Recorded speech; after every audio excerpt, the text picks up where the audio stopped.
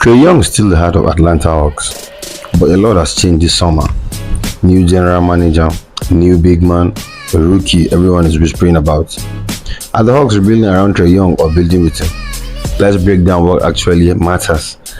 Welcome back to 3 Point View. This time around, we'll be talking about the Atlanta Hawks coming into the 2025-26 NBA season.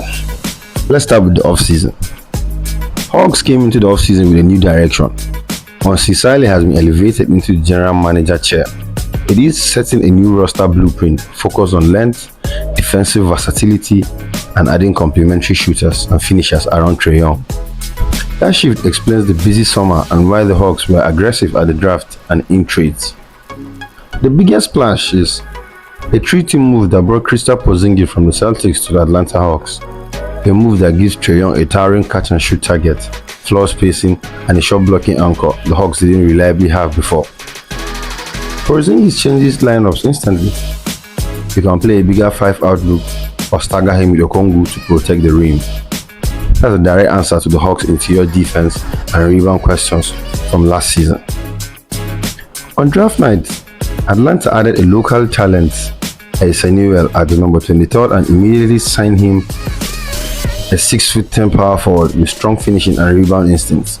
Newell flashed in summer league and gives Atlanta a hustle, glass-cleaning wing who can step into minutes when needed. This is exactly the sort of developmental swing the new brain trust likes to make. Trae Young remains Atlanta Hawks' engine room. He finished the previous season among league leaders in assists and is still the primary playmaker who controls pace and spacing. So the pacing and the spacing of the game, it all comes down to Trae Young because he's the one controlling whatsoever going on in that team. The idea is now to give Trae Young more reliable catch and shoot options and a rim protector who can rotate. That's where they brought in Kristaps Porzingis. Plus, new wing guard, like they have depth in this position because that's what matters the most. If Trae keeps creating at his level, those additions will turn more drives into easy looks. Let's talk about the health and chemistry of that team. Health and chemistry are the wild cards. Jalen Johnson, the breakout wing last season before his shoulder surgery, is back into training and fit. He's also listed on the training camp roster and has been reported ready for camp, which would be very huge if he returns to form. His two-way play dovetails with the Hawks' new pieces. Beyond that, look at role rotation. Onyeka Okongwu with his own good interior defense, Dyson Daniels with his own good perimeter defense, and veterans like Luke Kennard with his 3-point shooting and Nigel Alexander-Walker, who came from the Timberwolves. He was added just this offseason. All these moves will decide whether the Hawks are a top half East team or still an ongoing project.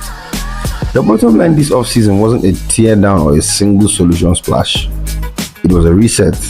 Atlanta's betting its future on Trae's elite playmaking plus length, defense, and a few young breakouts. If the pieces click, and the sky is their limit, the Hawks could surprise. If they don't, it's going to be another long summer in Atlanta. However, if you enjoyed this NBA breakdown and trade impact, subscribe to the 3 Point View family for more of NBA content.